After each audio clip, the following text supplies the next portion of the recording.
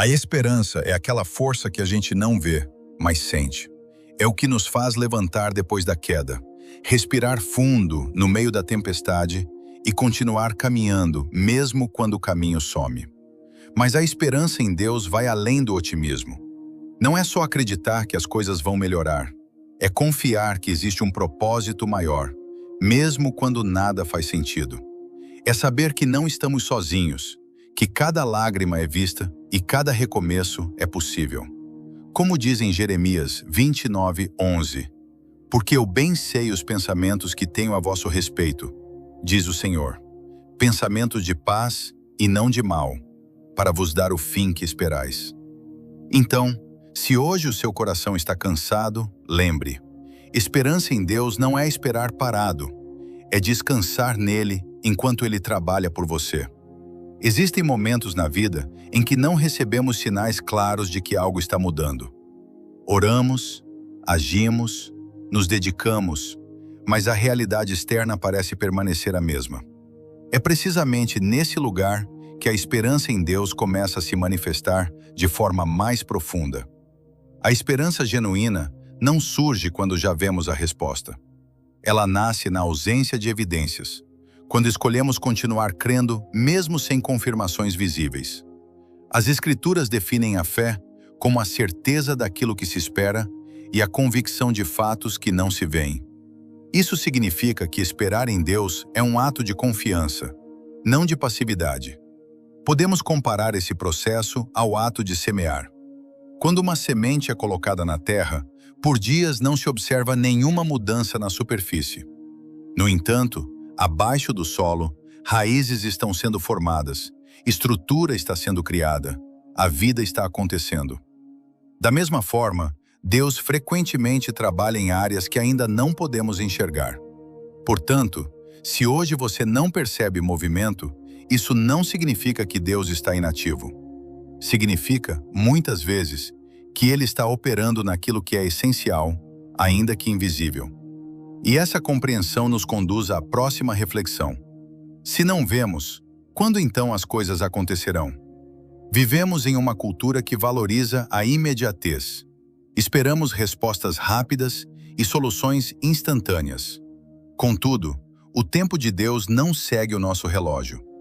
Ele opera a partir de uma perspectiva de eternidade, que considera o que nós ainda não podemos ver. Há um tempo para cada propósito debaixo do céu.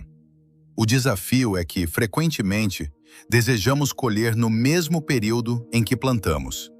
O tempo de Deus não representa atraso, mas precisão.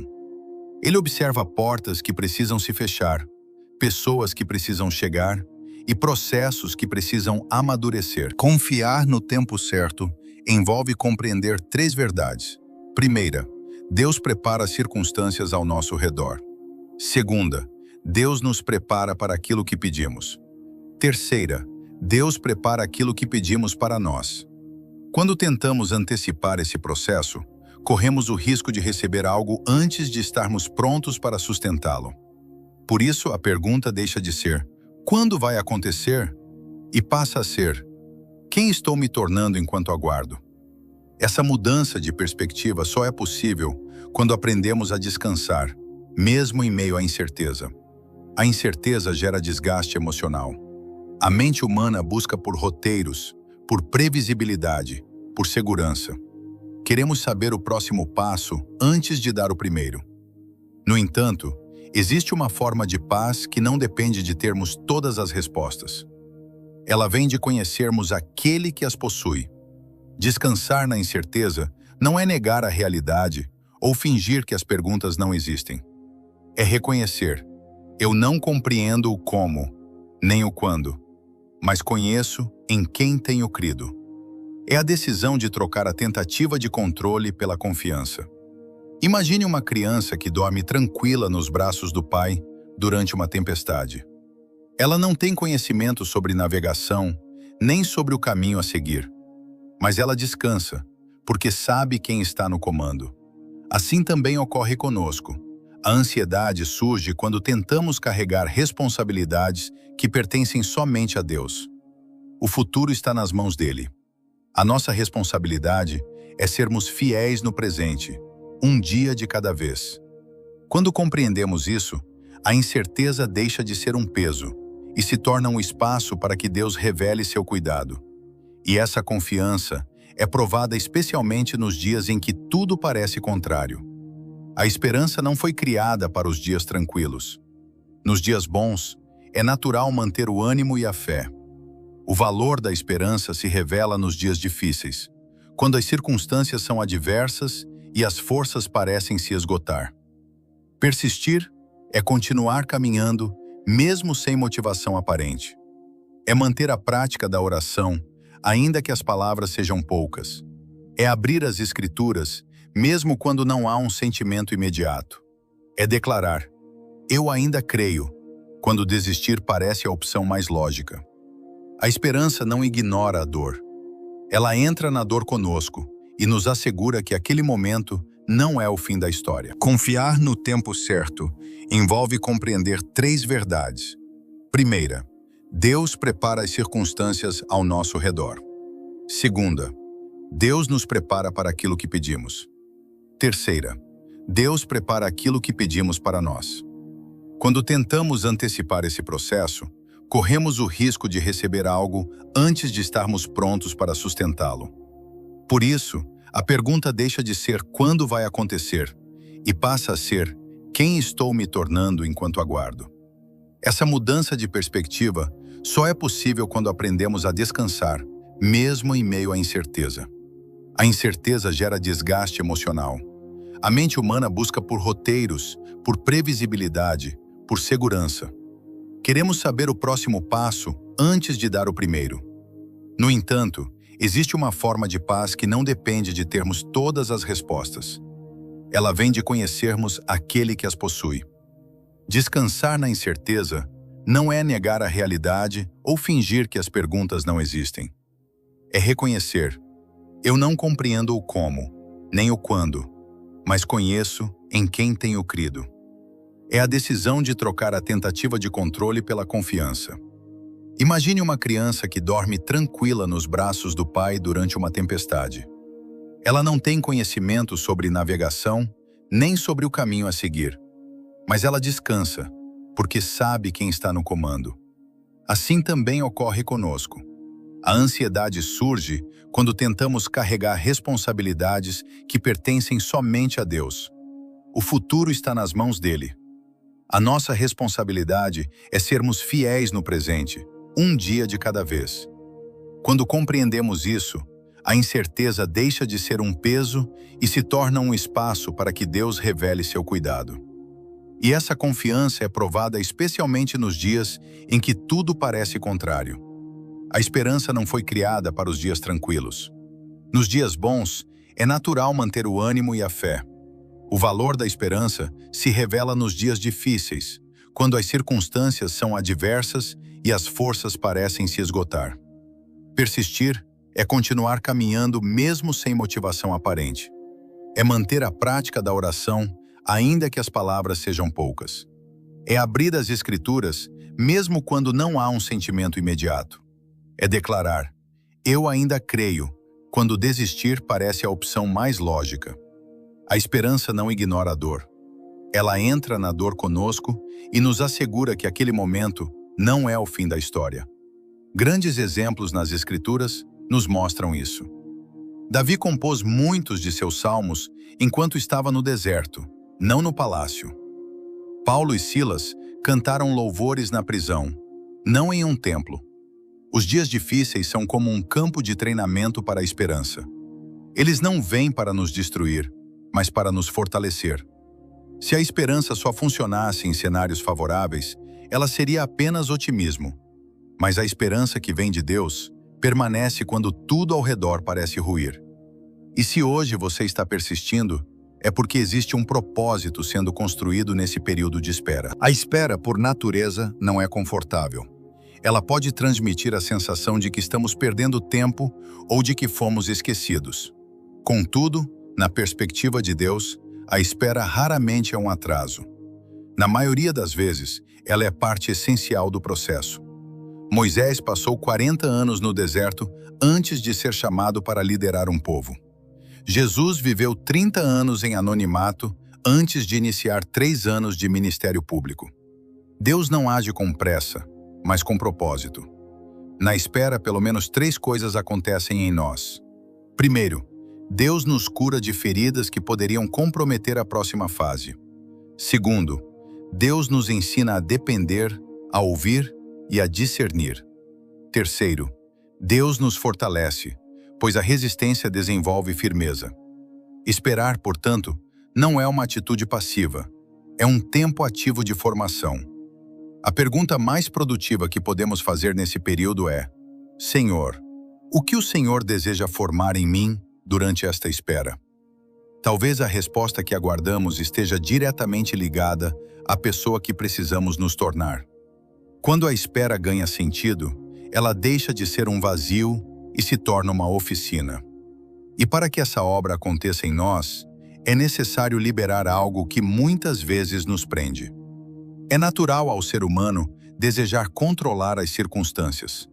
Planejamos, organizamos, criamos alternativas para cada cenário possível.